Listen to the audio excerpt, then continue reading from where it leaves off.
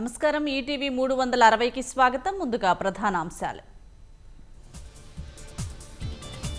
మద్యం నిందితులకు బెయిల్పై హైకోర్టులో సిఐడి సవాల్. అత్యవసర పిటిషన్లపై నేడు విచారణ.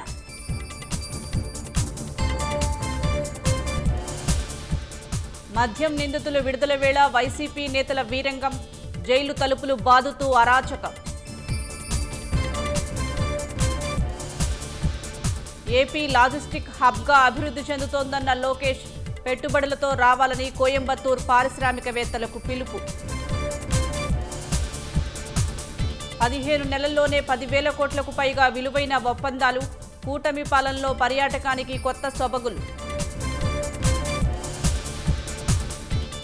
తురకపాలెంలో మరొకరికి మెలియాయి డోసిస్ నిర్ధారణ. రేపు గ్రామానికి రానున్న ఐసీఎంఆర్ నిపుణుల బృందం. గ్రహణం వేళ అరుణ వర్ణం దాల్చిన చంద్రుడు. సంప్రోక్షణ తర్వాత తెరుచుకుంటున్న ఆలయాలు. రష్యాపై ఒత్తిడి పెంచే దిశలో అమెరికా. అదనపు సుంకాలు విధించేందుకు సిద్ధమన్న ట్రంప్.